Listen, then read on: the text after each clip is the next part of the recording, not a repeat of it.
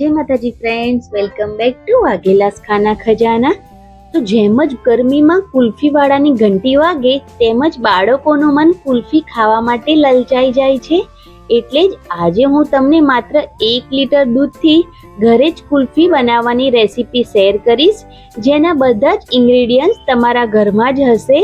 એકદમ ક્રીમી, દાણેદાર અને પૌષ્ટિક કુલ્ફી ઘરે જ બનાવીને આજે આપણે રેડી કરીશું. તો તમને જો મારી રેસીપીઓ ગમે અને તમે હજુ સુધી ચેનલને સબસ્ક્રાઇબ ના કરી હોય તો પ્લીઝ ચેનલને જરૂરથી સબસ્ક્રાઇબ કરજો, લાઈક, કોમેન્ટ અને શેર જરૂરથી કરજો મારી રેસીપીને.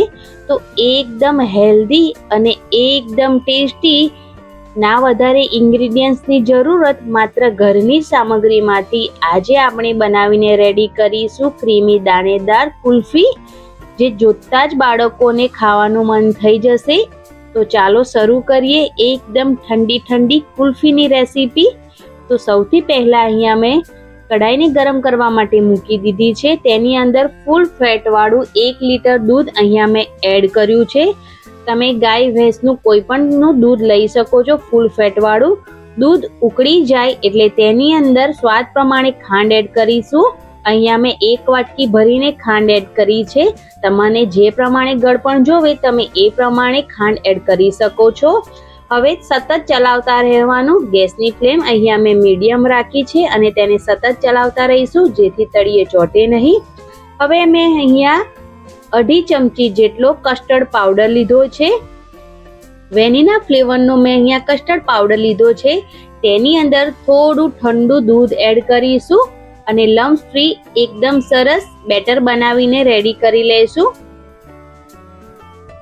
તો અહીંયા સતત ચલાવતા એકદમ સરસ મેં અહીંયા લમ્સ ફ્રી બેટર રેડી કરી લીધું છે. હવે આ બેટરને થોડું સાઈડ પર મૂકીશું અને પાછા દૂધને ચેક કરીશું. તો દૂધમાં એકદમ સરસ ઉભરો આવી ગયો છે, ખાંડ પણ ઓગળી ગઈ છે. તો તેની અંદર કસ્ટર્ડ પાવડર વાળું જે બેટર બનાવીને રેડી કર્યું છે તેને એડ કરીશું અને હવે સતત ચલાવતા રહીશું. કસ્ટર્ડ પાવડર એડ કરવાથી દૂધ જલ્દી ગાઢું થઈ જશે, એટલા માટે તમે કસ્ટર્ડ પાવડરની જગ્યા પર કોર્નફ્લોરનો ઉપયોગ પણ કરી શકો છો. હવે સતત ચલાવતા રહીશું જ્યાં સુધી દૂધ એકદમ સરસ ગાઢું ના થઈ જાય. તમે જોઈ શકો છો કે દૂધ એકદમ સરસ ગાઢું થઈ ગયું છે. 7 મિનિટ જેટલો ટાઈમ લાગ્યો છે દૂધને ગાઢું થવામાં. તો મેં અહીંયા ડ્રાય ફ્રૂટ્સને એકદમ ઝીણા સમારીને એડ કર્યા છે, બાદામ, કાજુ અને પિસ્તાને.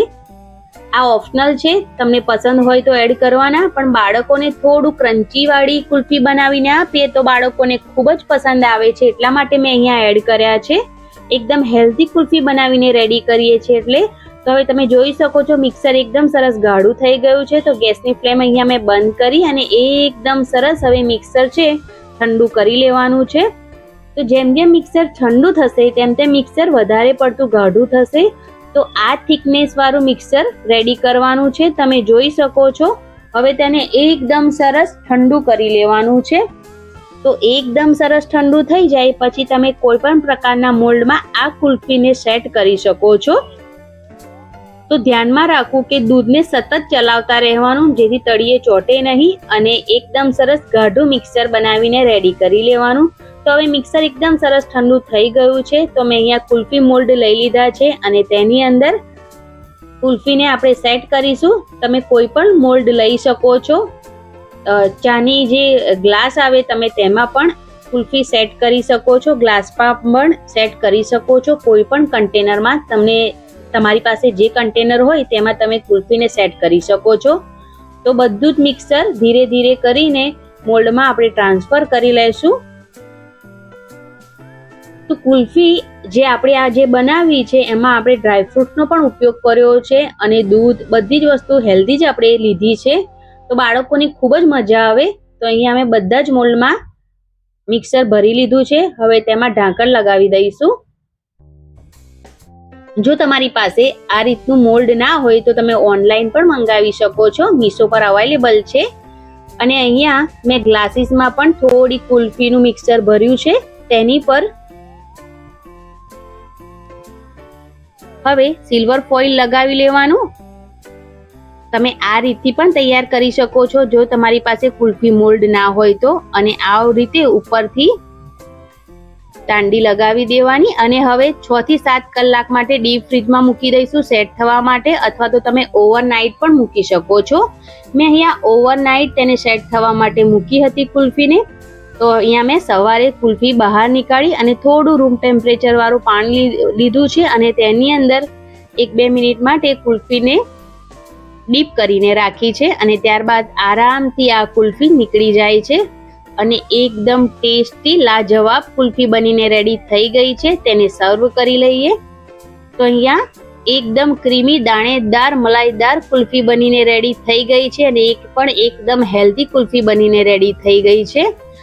આ કુલ્ફી જો તમે બાળકોને એકવાર બનાવીને આપીને તો બહારની કુલ્ફી બાળકો ખાવાનું જ ભૂલી જશે અને ઘરે બનાવેલી વસ્તુ વધારે હેલ્ધી હોય છે. એટલા માટે તમે પણ બાળકોને ઘરે જ બનાવીને આવી કુલ્ફી આપો તો બાળકોને મજા અને મોટાને પણ મજા. તો તમને જો મારી આજની આ કુલ્ફીની રેસીપી પસંદ આવી હોય તો પ્લીઝ ચેનલને જરૂરથી સબસ્ક્રાઇબ કરી મને જરૂરથી સપોર્ટ કરજો. એક લાઈક જરૂરથી કરજો અને કુલ્ફી લવરને આ વિડીયો વધારે ને વધારે શેર કરજો અને કોમેન્ટ બોક્સમાં તમારા અનુભવો જરૂરથી શેર કરજો અને તમે ક્યાંથી મારો વિડીયો જુઓ છો એ પણ તમે કોમેન્ટ બોક્સમાં જરૂરથી જણાવજો. તો હવે મળીએ એક નવી રેસીપી સાથે. ત્યાં સુધી તમે એન્જોય કરો એકદમ ટેસ્ટી ક્રીમી દાણેદાર કુલ્ફીની recipe. Thanks for watching. Bye bye. Take care. જય માતાજી. જય શ્રી કૃષ્ણ. આવજો.